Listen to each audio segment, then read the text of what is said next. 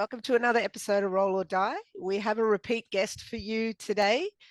We've had her on a couple of times before. Since her last attendance on this show, she has been tearing it up. She won No-Gi Brown Belt Worlds. She represented Australia at ADCC against Fionn Davies, no less. She won a silver at Black Belt Brasilieros against Mesa Bastos. Oh, and she received her black belt. So we have for you probably one of the most prolific female Australian grapplers at the moment, that's for sure. Adele Fornarino, thanks for joining us. Thanks for having me again, guys. It's always such a pleasure to be on the show. Awesome. So is this Adele's third time, is it, Kim? Is this third time? Yeah, I think the last time was when we thought Boa was going to go ahead and you were... Yeah, that was when I had the matchup with Nat from Tasmania. Yeah, exactly. That was like 2021, I think, was it? It's been 2 years since we've had you on. And then COVID, and then, you know, all the fun things. But you've been in Perth through most of that, yeah? You escaped a lot of the really harsh lockdowns that we had over here in the south. Yeah, so I went through one of the harsh ones. So the first one, what was that? Like 2020. I think I was still in Melbourne, and then it was the end of 2020 that I escaped and got out. And then you guys went back into lockdown again, and Perth was completely open, but nobody could come in and out of Perth, but open in the sense that you didn't need to stay in your house, kind of thing. Yeah. And did you move to Perth for love? Is that how this all happened? Yeah, look, I did actually. I got scammed into moving to Perth, but to be honest, one of the best experiences of my life. Yeah. It definitely was hard at first, moving away from family, moving away from kind of what the norm was in my life. Yeah. But I've absolutely loved being in Perth. I've loved making, you know, new connections, new kind of jiu-jitsu family in some ways. But I did move for love. I did. Actually, you know, I think it's one of the best reasons. Let's face it. What else is there in life that's as good? You know, like winning comps, black belts, medals everywhere. But you know, love trumps it. You know, it does. It absolutely does. I wouldn't have changed a thing. You know, I regret absolutely nothing on it. Yeah, in fact, oh, sorry, Kim, just to continue that on, I think your partner, she's got a blue belt now. I think she just got a blue belt. That's what I wanted to ask you about. Yes. She did. Oh, she's an absolute weapon. She's scary, man. She's just a little sponge. She absorbs knowledge like nobody I've ever seen. She comes at everything from like an academic side. You know, she's been studying for 7 years, like university studying for 7 years. So she has a very particular approach of how she wants to absorb information. So she studies and does instructionals and does, you know, video analysis, and she sends me video analysis of my competitors and tells me the game plan of what I'm going to do when I'm out there. So really, she's the brains and I'm just the person that goes out there and does it. Wow.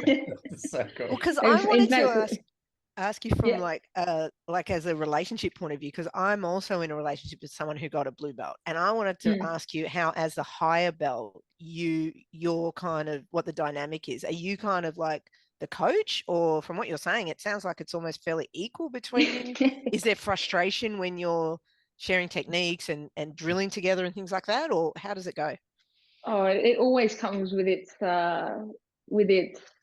tough side.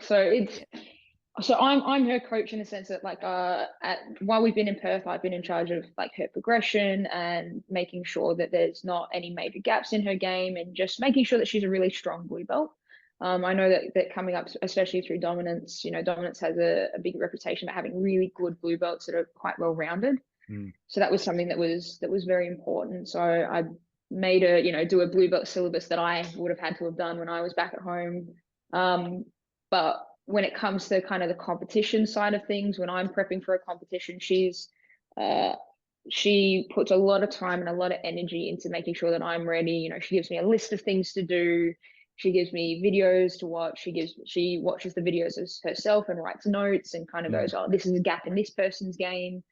But when we're actually training on the mats together, there's definitely times where it's hard, and there's definitely times where there's that finding that balance between like the coaching role and the partner role is hard. It's absolutely tough because you can't fall into one and not the other. You can't step on the mat and be just a coach and not take into account like the other side of that relationship, and then you can't do the other side of that and just be in a relationship and not have that coach side of things. So yeah, definitely tough, but we're navigating it. And I think at the start it was a lot harder, but we've definitely found a way to communicate. And, you know, if anybody out there is listening and is coaching their partner, you're not the only one that has jiu-jitsu arguments about, you know, I'll give her advice and she'll say like, nah, shut up. Or I'll give her advice. Somebody will give her word for word the exact same advice and she'll be like, oh, that's a great idea to a different person. That one. Yes. I know. I'm like, oh. Can She just needs to hear it from someone else sometimes. Yeah, sometimes it's too close to the fire. Yeah. What about like it's interesting that you're talking about a blue belt being able to identify game plans for a black belt. Like I get it, and I think like at a blue belt level you should probably know things. But it does seem abnormal that she could have that kind of field of vision to know what would be a good game plan. So how was that in her? Or did you is it because you guys talk so much jiu-jitsu or she's seen so many of your matches, or how the hell is it that she could know what would be best for you to do on the mats?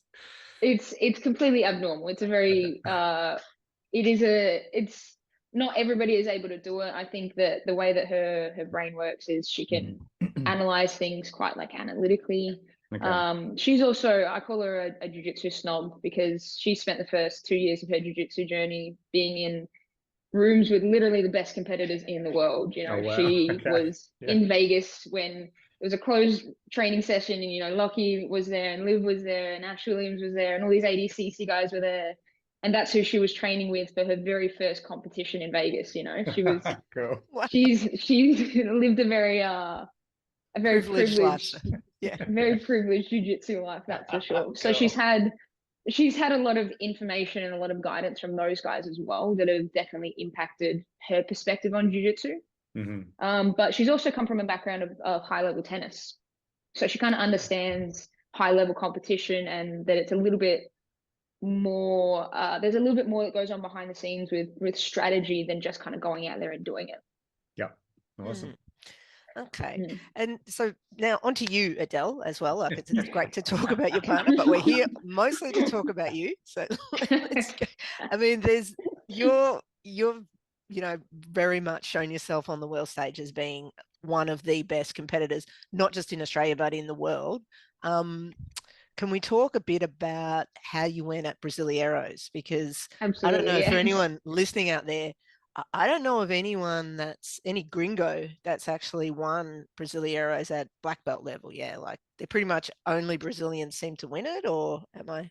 There are some Americans floating around that have won it, to my understanding. I think Mason Fowler won it. There are a couple, but it's rare. It's rare. Yeah, it's very rare. Yeah, to my understanding, I don't think any Australians have won. I think that's my understanding. Did definitely Kit win it at purple? Or maybe possibly. Sorry, at a black belt level. Black belt. No, I don't think at black belt. Yeah. I think we've had some guys win it at lower belts, but I don't think we've had any black belts win. And I think, and again, if there's anybody out there that can correct me, definitely correct me if I'm wrong. I think I'm the second person to medal at black belt.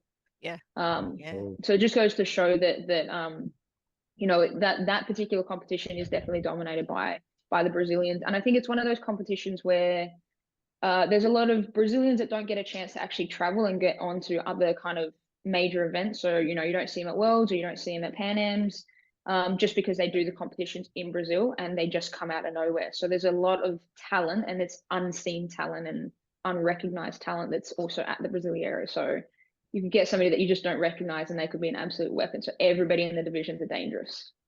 Yeah. I've got it here on Flow Grappling. Just figuring out how do I share my screen. Let me make you a here we go, share screen. Yeah, I think I'm gonna make you a co-host. Oh, thanks. I don't know. Are you up for sharing the last kind of minute and a half of the match, Adele? It's Absolutely. been a few months now. I've lived through it a million times. I was on the plane and watching it over and over and over and over again. But absolutely. Don't know, I'm happy to live through it. She was up, and if I could dare say, it looks as though you made a bit of a really small mistake at that level that was unfortunately enough. Makes a difference. Yeah. The small things that make the difference, absolutely. Yeah, so if I share, here we go. And while Kim's getting that up, ask me any questions if you need to, Kim, about the tech side. But I just want to, like, with you, Adele, are you experiencing any, like, how old are you now, buddy? You're like 20 something, 22, 23. I'm 23. 23 at the moment, So turning are 24. Is it yeah, is are this you, showing or not yet? no, not yet. You got to go share screen, then you got to pick the screen you want to share. Not showing. Um, Oh, okay. Whoops. All right, I'll go are you back. experiencing any pressure anymore, or are you just living your best competing life? Like, what? Because like watching you growing up, like it was like you were just always a go-getting killer. But you know what? Oh, here we go. We've got this thing. You might want to talk us through this first, then we'll come back to my question. Yeah. For anybody listening. Oh yeah, okay. Talk us through this, Adele. If there's anything you want to. Yeah, so a lot of so I've actually versed Maisa before this. I versed her at Pan Am's, and I actually really enjoy competing against Maisa. I think she's incredibly technical. I really like love her style of jiu-jitsu. It's very satisfying for me to wrestle with somebody with this style of jiu-jitsu. And I think it would have been like this would have been in the last minute. I was up by 2 points. I got some points on a sweep, and I got some points on an attempted straight ankle lock. And then we rolled out of bounds, so I got the 2 on that. So I was up at this stage, and I made the error of there were some turtle exchanges that happened, and when we came out of those turtle exchanges, we were both in a double guard pull position, and when we kind of tumbled out, and when we re-engaged, I came up, which I shouldn't have. Because that's what gave her the opportunity to actually sweep me back within the last minute. So I'm still up at this point, and there's 24 seconds left. And I just need to make sure she doesn't sweep. So she tries to come up on the sweep, and I try to push her down, but I go ADCC mode and I turtle. Right. Which for those of you guys who know the IBJJF rules quite well is you can score sweep points if you get to the backside of turtle and can maintain that for 3 seconds. So while I was kind of defending the sweep of not letting her come on top of me play guard, my defense was to start to kind of turn away and turtle up, and that's how she managed to score those 2 points. Wow. Which leveled us on the points, but she was up by some advantages through just the starting of the match. She got advantages through double guard pulls, and she decided to come up, and I think she had something like I've 3 never advantages heard, or 4 advantages. yeah, I've always heard like whenever you hear anybody coaching and there's people in like the position you're in with her, like people will be screaming for the crowd, get up, up, up, up. You know what I mean? They'll be yelling out that. But this is the first time I've seen that is not always the best coaching. You do not want to come up if there's a chance, like if there's a chance you're setting up to be re-swept, because you know that's easy points. It's really interesting. I've never Absolutely, just that particular exchange, and it's obviously easier in hindsight and without all the input of everybody yelling and all that kind of stuff. In hindsight, I should have stayed down and played that double guard pull position. But alas, like I came up, I started to look for passing opportunities, but then in the back of my mind, I'm like, okay, I can't let her sweep. And then just that like final little exchange where I went a little bit into just muscle memory from doing so much of ADCC rule set, and turtle negates everything. I turtled and just like went on a complete blank on the actual points exchange. You can see she actually scores those turtle sweep points twice in this match, and yeah, I made the same mistake twice, which was just defend the sweep by turtling, but it obviously gives you the sweep anyway. So that's what you got to do, guys. If you want to beat Adele, you want to cause that. You want to cause it a turn. Oh, I'm never again. Third time, I don't think she's not going to let that same mistake. Fool me once, shame on you. Fool me twice, shame on me. Yeah. Fool me 3 times, it's not going to happen. Yeah, look, that seems to be like I'm sorry, we've jumped straight to that one, but you've had so much success. Like I said, I mean, you represented Australia under 60 kilos against Fionn Davies. You've been to Worlds. You made it through the first round at Black Belt Worlds. You did really well, like in that one, and yeah, you won no-gi brown belt Worlds. So like, there's been a lot of success for you over the last 6 months or 12 months for sure. So yeah, we shouldn't really be focusing just on the one. I appreciate that. But like, to be fair, like those matches, like my second round at Worlds and the Brasileiro matches, like those are the ones where I learned the most. Like you can, if you watch my first match with Maisa at Pan Am's versus my Brasileiros match with Maisa at And I think there was only about, I want to say like 1 to 2 months in between. So there wasn't like a big amount of time. But just coming at that match with a different strategy, and I think I put her on a pedestal of this person who, growing up watching jiu-jitsu, I had seen her achieve so many things, and I just saw her as being so out of reach. And then to compete against her in Pan Ams and just feel her and feel her movement and feel that is absolutely an attainable goal for me, and it's achievable to beat her. With absolute all due respect to her, I think she's incredible. But she's definitely someone that I want to continue chasing, and you know, I honestly do have fun matches with her as well. It's not just it's very technical exchanges, and I really enjoy that style of jiu-jitsu. It's great. I was reading a book just the other day, and it talked about the importance of having like a nemesis that is incredibly high level. You can still love them and have utmost respect, but you've got to have someone that you're visualizing, that you're like, this would work against that person. And it's like, it keeps lifting and lifting both of you. She's probably thinking the same thing about you. So, you know, it's like important. For sure. Like, I think I did an interview before ADCC, and they asked me who in the 60 kilo division who I want to compete against. And I straight away said, you know, I'd love to one day have a match with Maisa. And this is when I was a brown belt. This is just before ADCC had swung around. I'm like, I really want a match with Maisa.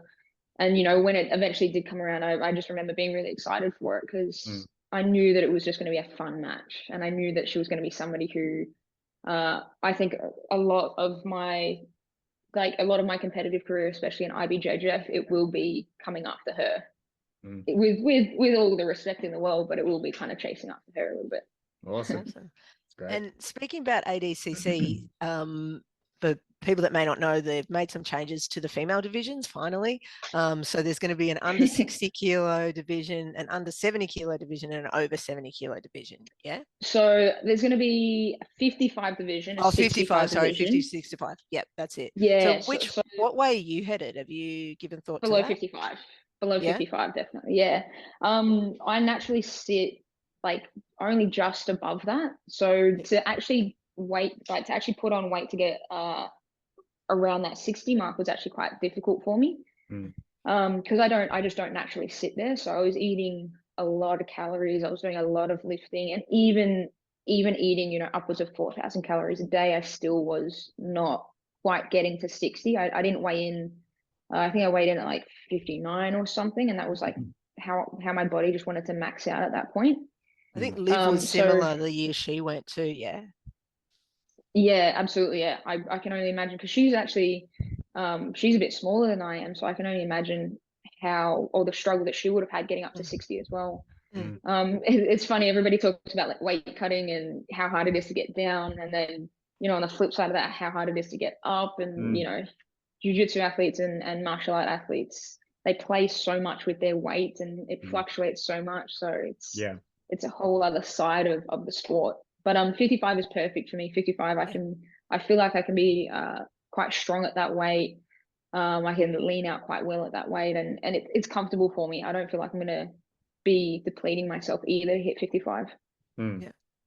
So what's driving you, man? Like I was kind of alluding to this question about like pressure. Do you experience, like, what is your view of competing nowadays? Is this like, why are you competing? What's driving you? Will it ever end? What will be the end of it? What's like, talk a bit about the future, like what it's like to compete right now and what you see in the future. So, well, first I'll kind of say, like, when I first started competing, and especially, to be honest, like it wasn't until getting ready for the ADCC trials that I actually found proper enjoyment through competition. I feel like a lot of the competition I was doing when I was a little bit younger, there was pressure and it was stressful and there was a lot of anxiety, and I enjoyed competing, but I wasn't sitting there on the warm-up mats being like, oh my God, this is the best thing ever. I was anxious and nervous and second guessing why I was doing it in the first place. Yeah. So I think at that point, like, my main driving factor was that I was competitive and I just wanted to win medals. Which, like, you know, there's nothing necessarily wrong with that, but it kind of decreases your enjoyment of the sport. So when I did worlds as a brown belt, when I did gi worlds as a brown belt before COVID, so this would have been in, I want to say like 2019. I hated it. I absolutely hated competing. I hated the training camp. I was burnt out by the time I was there. I was just really not enjoying it. And by the time I was out there, I was just like, I just want this to be over. Which was a really weird experience for me. I was just like, I felt quite miserable at the time. And then obviously there was a little bit of a break because COVID came in, and then competition started to die down. And I don't think I had many big competitions after that. I think I had like bits and pieces here and there, but they were local ones.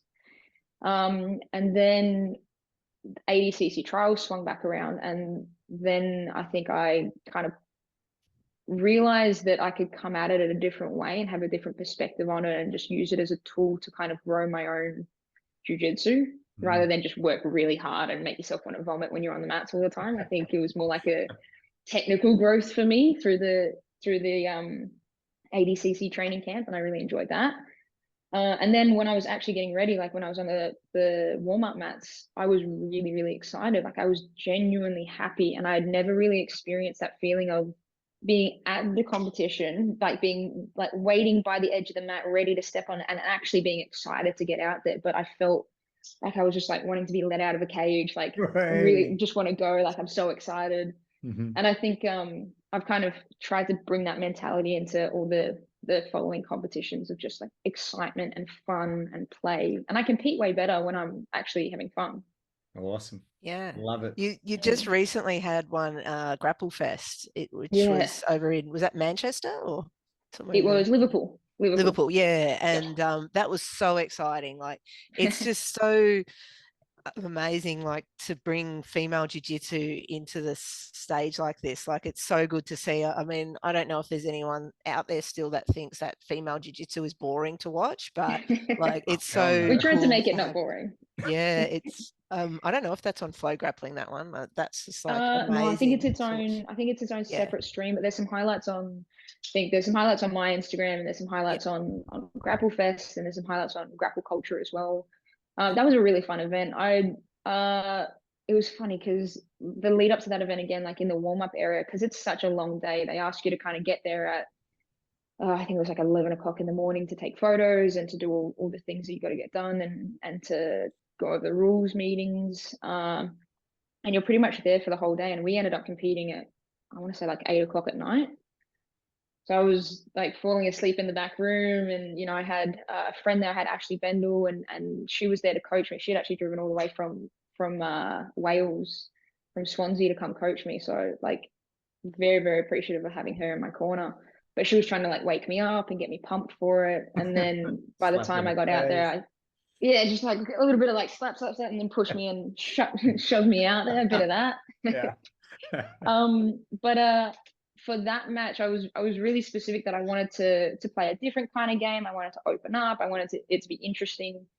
I think my perspective on super fights versus like IBJJF matches is super fights are for the audience. IBJJF matches are for titles.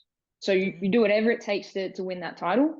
But when it's a super fight, people have paid to watch this. People have paid tickets to actually be there. People have paid for streaming rights. You want to make the fight interesting. You don't just want to win. So I was trying to kind of add more movement, play different types of games. And you know, Vanessa was all for it. She was out there trying to, you know, move around as much as she could as well. And we had a really, really fun match. And she was so lovely afterwards as well. Just, you know, you can see it in the videos after. We were hugging each other, and we were just like, just really happy that we could show good jiu-jitsu to everybody. That is a great point, right? Because when I was watching MMA the other day, and then they got really upset with the fighters because the fighters were actually friends, and so it looked more like a spar, right? Like, and so when people are meant to knock each other out, but you can tell they're not trying to knock each other out, it's not a good look. But in jiu-jitsu, in a jiu-jitsu exhibition match, like you want to go for the subs, you want to go for everything else, but actually a bit more of a spar, like what you would do in a spar, like trying things out, going for things in an exhibition match probably is going to look way better. And I've never thought about that until you just said that. So it's really interesting. Like that's how you get the flair. Yeah. Well, it's definitely for the audience, you know, and that's how, you know, it is a big part of how you get on some of these streaming platforms is like, yes, having good titles and all that is really important, and having competing internationally is really important, but having interesting matches is actually what people want. And having, that's how you get all the Facebook followers and the Instagram followers and all that kind of stuff. A big social media presence goes a long way. But interesting matches, that's why people love watching the Rotulos, because they don't stop moving. They're not hunkered down on side control for 20 minutes of a match. They're moving around. We even saw it in like the ADCC open weight, where if you guys watch the finals match was actually quite boring. And the audience, if you were there, the audience was actually doing a Mexican wave because they were just trying to pass the time, because it was a 20-minute match and the audience was sitting there and nothing was going on. So somebody decided to do a Mexican wave, and the whole audience was just doing a Mexican wave. Yeah. But another thing we haven't mentioned that's happened for you since you were last here with us was some of our listeners might know that Lockie arranged or he received a very generous donation from someone and has shared it with competitive athletes in Australia, and you were one of the recipients. Can you tell us a bit about that?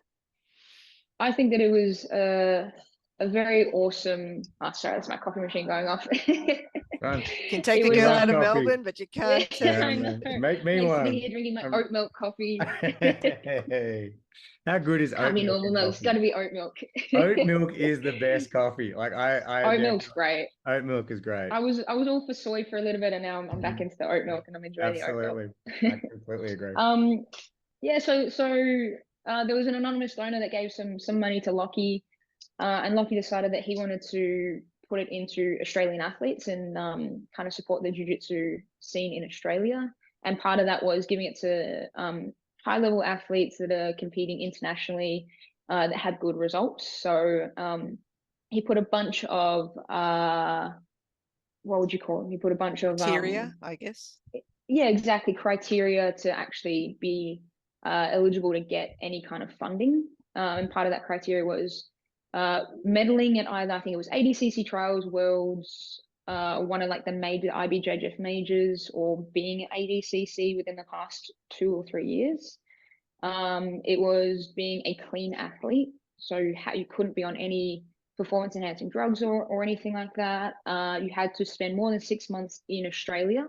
You had to be contributing to the actual Australian Jiu-Jitsu community, which I'm biased. I agree with all those criteria because I fit perfectly into those criteria. But I think as well, like, you have to be named Adele. Exactly. It worked perfectly for me.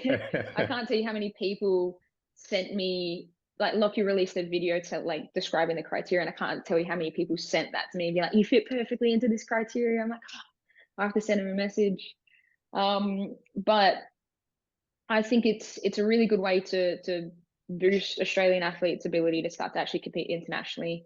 There's no surprise, being in Australia does come with its difficulties of actually making your way to America. It's expensive.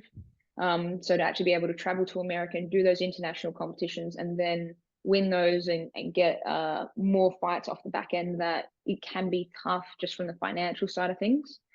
So for Lockie to put money into these athletes so that they do have the opportunity to actually make a mark on the international scene is spectacular. I think that we have a lot of talent here in Australia, and I think one of the biggest barriers of showing the world how much talent we have is that financial situation. So for him to step in and actually make it easier is just an incredible opportunity, and I hope that it leads to more opportunity for more athletes as well. I hope that we can continue to find a way to continue funding these athletes to get them over there, sponsorship opportunities, things like that.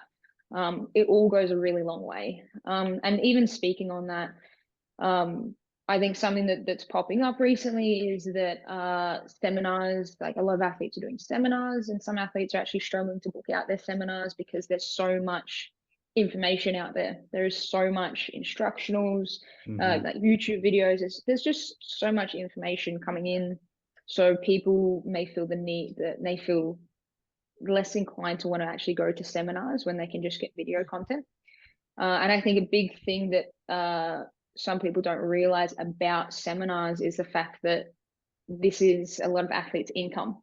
It's how a lot of athletes actually can fund their way to those international competitions to represent Australia and Australian Jiu-Jitsu. So yes, go to a seminar because the information is obviously awesome and you're going to learn from it, but also go to these seminars to support these athletes. Yeah. Go to these seminars so that these athletes can actually have enough funds to go to international competitions. Yeah, I know in Perth, Sorry, it's a bit tough. Yeah. No, it's all good. I have a view about that actually, and it's just now coming to me because quite often you think the seminar is there because the person is great at jiu-jitsu and therefore you should want to learn their jiu-jitsu. But if they were authentic about it and said, look, this is how I support myself, and they probably, a lot of them are, but if they were authentic and said, this is how I support myself when I'm on tour, it's part of my income. If you want to support me, if you want to learn from me, I'll be here. And like, I think some of them could do well to have a pricing model where it's like, pay what you can afford. I'd like you to pay $60 to come to my seminar, but pay what you can afford. Because I think a lot of people, there's all sorts of different kind of socioeconomic backgrounds in jiu-jitsu. And I think a lot of people, can pay the 60 and will. And then I think some people can only pay 20, but I think they'd rather have them at their seminar and take 20, and maybe we could kind of, disrupt this a little bit and just make seminars a bit different, like more about supporting the coach actually, and having them. Yeah, absolutely. I couldn't agree more. I think it's important for the athlete to be honest. So I've taught a couple of seminars and I noticed like this kind of came to me because I put out a seminar that was specifically kind of advertised as fundraising. Right. And I got more people coming to that than I do to a lot of the actual just flat out seminars that I host. Because people like to support athletes. People like to, feel like they're a part of giving this athlete the ability to actually compete internationally. And to be honest, it was a female only seminar because a lot of the time it's a better turnout for a female only seminar. But I had a lot of guys actually buy tickets even though they couldn't come just because they wanted to support. So I ended up videoing it and releasing it to everybody and giving everybody the YouTube link to it. But it just kind of showed that people do have a drive to support. I think it gets a little bit lost in communication when it's just advertised as a seminar though. Yes. Okay, great. I think people can take from this. Yeah. Sorry, Kim. Yeah, it's a tricky one, isn't it? Because it feels like jiu-jitsu is still primarily an amateur sport, but it's kind of now heading towards professional. So you've got people like yourself who are sort of wanting to be professional with it, but where's the money? Like how do you make money off it when it's still mostly amateur? Like the IBJJF don't pay.